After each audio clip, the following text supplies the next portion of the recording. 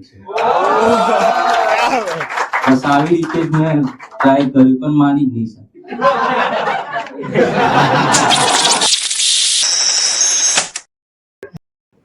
आज सोचा कि कुछ नया करता हूँ. स्टोरी टेलिंग नहीं है, शायरी ही है, लेकिन थोड़ा वो मेरे जो ध्रुव भाई ने बोला ना कि पाकिस्तान वो वाला, कि भाई मेरा इश्क पाकिस्तान की तरह है जो कश्मीर को बहुत टाइम से चाह रहा है लेकिन मिल नहीं रहा है.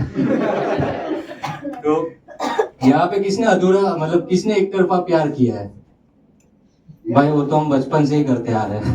हमको श्राप मिला हुआ है कि बचपन में खिलौने में नहीं मिले और अभी लड़कियां नहीं मिल रही है. तो भाई हम लौंडों के भी ना लौंडे दोस्त होते हैं जो ऐसे टाइम के हमको गलत गलत सलाह देते हैं. लेकिन हमको आदत होती है ना, वो मुन्ना भाई में सुना है कि भाई ने बोला करने का मतलब करने का. तो एक बार मेरे दोस्त ने मेरे को सलाह दी कि भाई लड़की से 2 दिन बात नहीं कर, उसका अगर सामने से मैसेज आया तो उसको तेरे से बहुत प्यार है, अगर नहीं आया तो समझ ले बस गाड़ी और दूसरी आ जाती है. तो मैंने भी ऐसा ही किया. तो उसमें ऐसा हुआ कि एक बार मैंने 2 दिन मैसेज नहीं किया, तो तीसरे दिन उसका मैसेज आया. मैं बहुत खुश कि भाई हो गया मेरा से. लेकिन फिर जैसे बात आगे बढ़ी तो उसने बोला कि आज मेरी छुट्टी है और मैं फ्री हूँ, आलस आ रही है मुझे. तो भाई लौंडो समझ लो, लड़कियां तुमसे प्यार नहीं कर रही है, वो फ्री है, उसको कोई मिल नहीं रहा है इसलिए तुमसे प्यार कर रही है. तो तब मैंने लिखा था कि इश्क है तो उसे बताने की जरूरत क्या है, इश्क है तो उसे बताने की जरूरत क्या है, अगर अधूरा है तो उसे पूरा करने की जरूरत क्या है.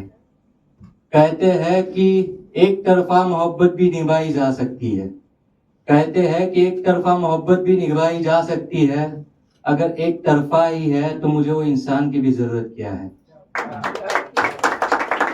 तो ऐसी शायरियां मैं उसके सामने बोल के उसको फंसाने की ट्राई करता. तो ऐसे ही शुरुआत में मैंने 2 शायरी मतलब बहुत मारी है उसके सामने, लेकिन 2 मैं पेश करूंगा गुजराती में, यानी गुजराती ऑडियंस तो बहुत है, ठीक है.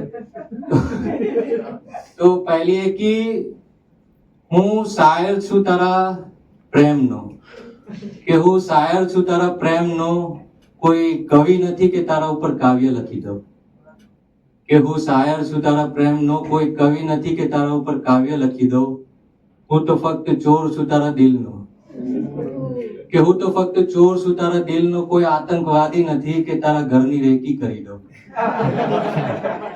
કે હું તો ફક્ત ચોર છું તારા દિલનો, કોઈ આતંકવાદી નથી કે તારા ઘરની રેકી કરી દઉં. હું તો ફક્ત તને પામવા માટે અખતરા કરું છું, કે હું તો ફક્ત તને પામવા માટે અખતરા કરું છું.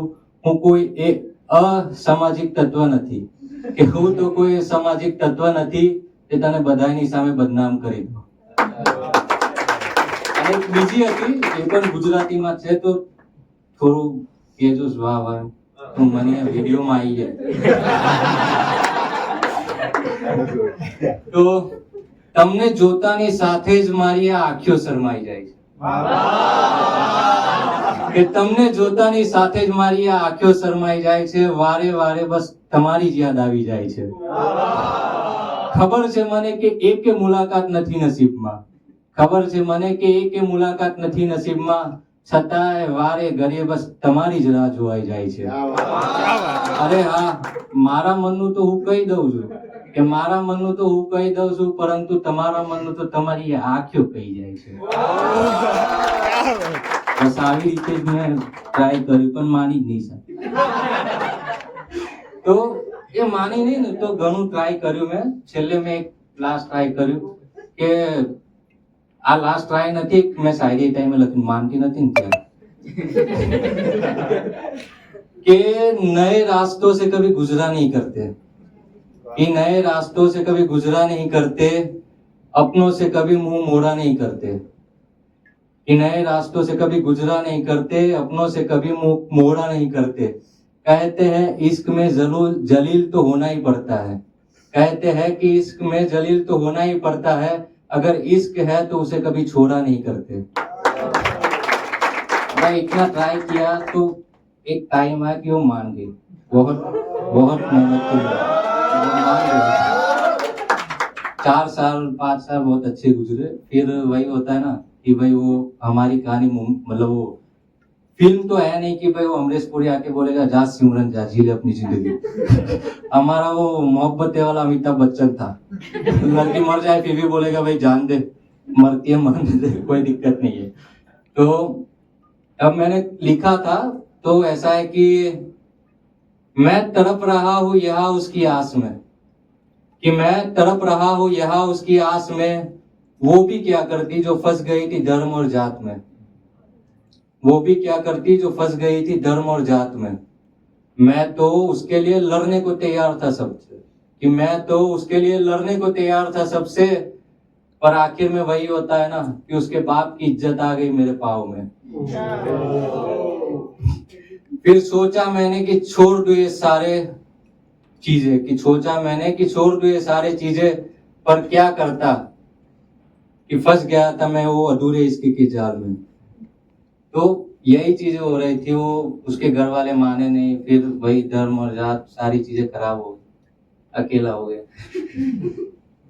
तो आपको एक चीज पता होती है कि 2 तरीके के हमारे दर्द होते हैं, कि एक मेंटली होता है और फिजिकली होता है, ठीक है।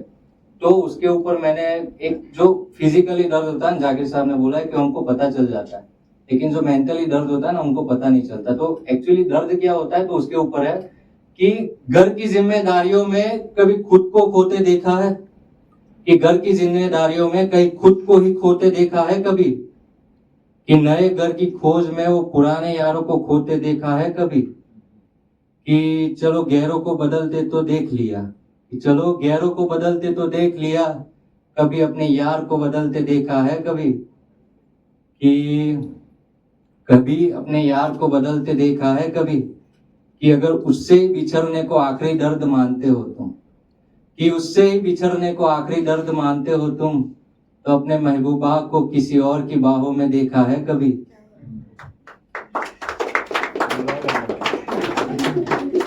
तो देखो शुरुआत में हंसना होता है तो लास्ट में वही होता है, कहानी खराब ही हो जाती है।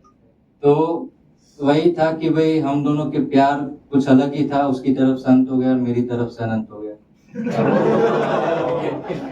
तो यही थी। और एक आखिरी शायरी है जो मैंने उसकी शादी के लिए बचा के रखी है, अगर उसकी शादी होगी ना उसके लिए, तो वीडियो अगर अच्छे से शूट हो रहा है तो उसकी तरफ जाना चाहिए, जो शादी होगी ना मैं पोस्ट करूँगा। तो इस पे भी थोड़ा वाह कर देना, इस पे भी वीडियो कि सुना है तूने पूरे मोहल्ले को बुलाया है, कि सुना है तूने पूरे मोहल्ले को बुलाया है, आज तेरी शादी है और तूने मुझे नहीं बुलाया है, कि तेरे इश्क में तो पैरों के छाले मैंने छिलवाए थे, कि तेरे इश्क में पैरों के छाले तो मैंने छिलवाए थे, आज फेरों के वक्त तूने किसी और को बुलाया है। कहते हैं कि तेरे बुलावे को मैं मुनाजिर नहीं समझता, कि तेरे बुलावे को मैं मुनाजिर नहीं समझता, मैंने आज खुद को ही तेरी बारात में नाचने के लिए बुलाया है, मैंने खुद को ही तेरी बारात में आज नाचने के लिए बुलाया है। बस ऐसी ही कहानी थी मेरी जो आते आते खत्म हो गई। वैसे इधर बहुत सारी खूबसूरत लड़कियां, तो उनके लिए शायद जज मत करना, नहीं है खूबसूरत लड़की, हर लौंडे होते भाई ऐसे ही होता है। देखो मैं नहीं हूँ, मैं इंतजार कर रहा हूँ। तो है कि चलो एक और बार इश्क करने का रिस्क लेते हैं, कि चलो एक और बार इश्क करने का रिस्क लेते हैं, बारिश पसंद नहीं पर चलो थोड़ा भीग लेते हैं। सर्दी जुकाम का होना तो बात की बात है, कि सर्दी जुकाम का होना तो बात की बात है, अगर फुर्सत हो आपको तो चलो थोड़ा मिल लेते हैं।